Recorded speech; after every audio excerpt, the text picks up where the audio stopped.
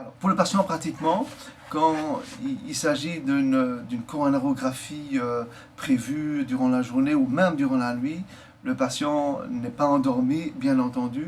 Il s'agit d'une anesthésie locale qu'on fait au niveau du poignet dans plus de 95% des cas. Dans 5% des cas, on fera la ponction au niveau inguinal, mais c'est très rare. Mais c'est de toute façon une anesthésie locale qui n'est pas douloureuse, sans effet secondaire par rapport à cette anesthésie.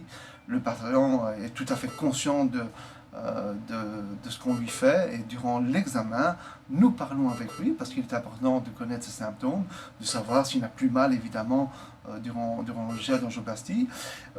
Durant l'examen, le patient peut même voir les images que nous faisons durant l'examen et peut participer et voir ce que nous faisons. Et donc évidemment, l'examen n'est pas douloureuse et c'est une anesthésie bien entendu locale. Alors j'ajoute à cela que lorsque les patients, lorsqu'il s'agit d'un examen programmé et qu'il n'est pas une urgence, les patients rentrent le jour même de l'examen. Si nous décidons pour des raisons quelconques que nous ne dilatons pas d'emblée l'artère parce que nous voulons en discuter collégialement avec l'ensemble des cardiologues, le patient peut rentrer à domicile le jour même de l'examen.